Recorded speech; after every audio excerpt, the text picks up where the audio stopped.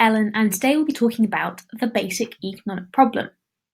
So in essence, the basic economic problem is that there are not enough resources to satisfy our consumption.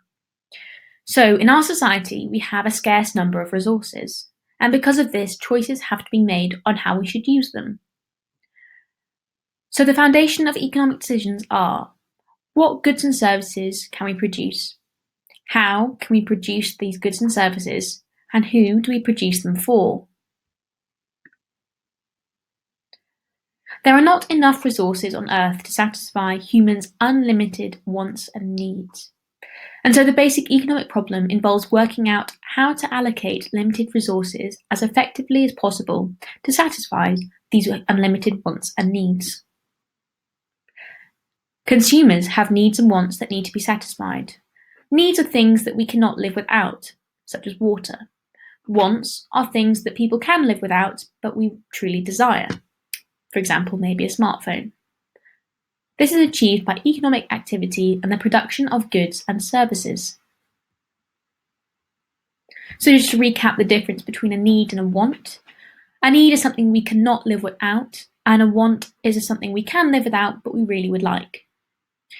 And if we consider the foundation of economic decisions, they are what we produce, how we produce it, and who we are producing it for. So now we're going to talk about the scarcity and allocation of resources.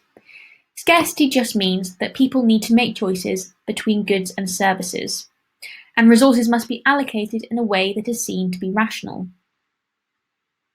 So it's up to economic agents to decide how we allocate resources, and the three main economic agents are producers, who are people and firms that produce goods or supply services, the consumers, who are people and firms who purchase goods and services, and the government, who establishes rules for the economy.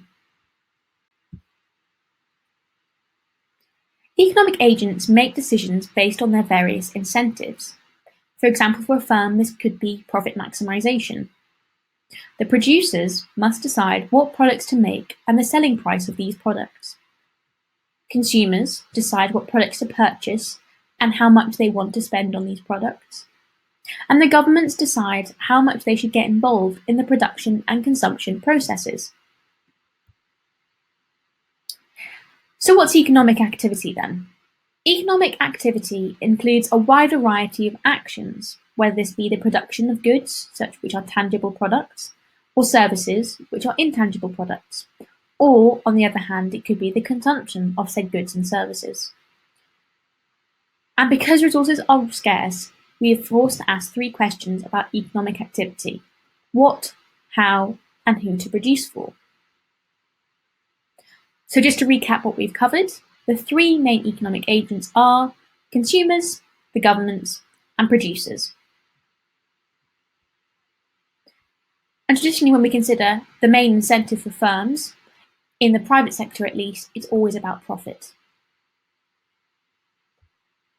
So given that scarcity means we have to make a choice, opportunity cost is central to understanding the allocation of resources.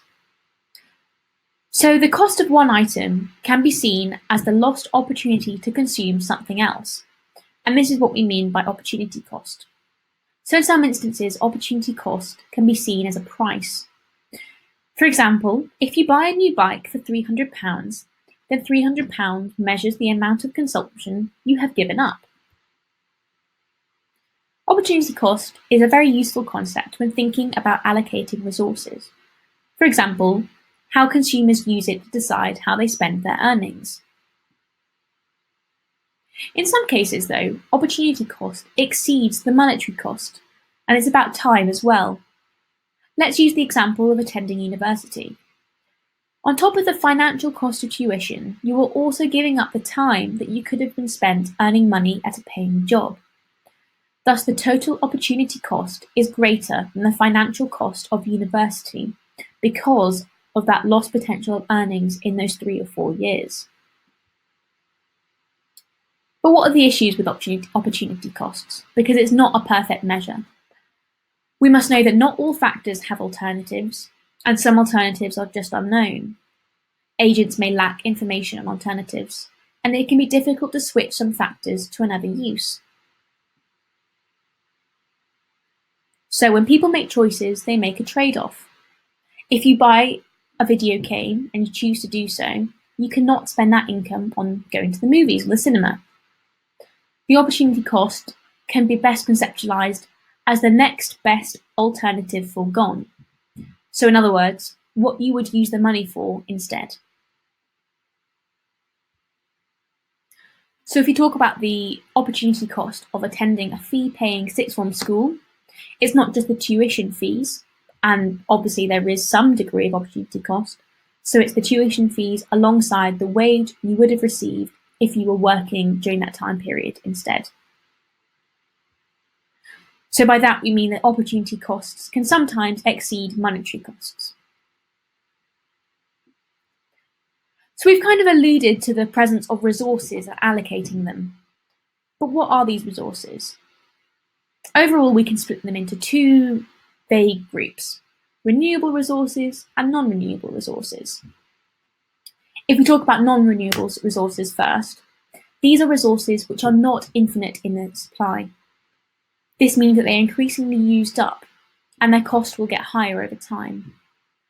Non-renewable resources include, for example, gas, coal, or oil. Renewable resources, on the other hand, mean that, in theory, the resource comes in an unlimited supply. However, we must caveat that this actually depends on the rate of extraction. By this we mean, if the rate we consume the resource is quicker than the natural rate of production, the resource will become depleted and will have a finite supply. Renewable resources include things such as oxygen, wind energy, and solar energy. So in just revising some examples of non-renewable resources, we have things such as gas, coal, or oil, and for renewable, we have things such as solar or wind energy. And finally, if we go back and really hammer in what the basic economic problem is that we have a finite amount of resources, and we need to learn how to allocate them to satisfy people's unlimited wants and needs. So the core of that is that we have something which is finite, and we need to satisfy something which is infinite. And then if we're looking at our economic agents who help decide how these resources are allocated, we have producers, consumers, and governments. And when considering these economic agents, we know that the producers must decide what products to make and the selling price of these said products, whereas consumers decide what products to purchase and how much they want to spend on them. Thank you very much for listening to this episode about the basic economic problem. Next time, we're going to be covering production and possibility frontier curves and what that means in relation to efficiency.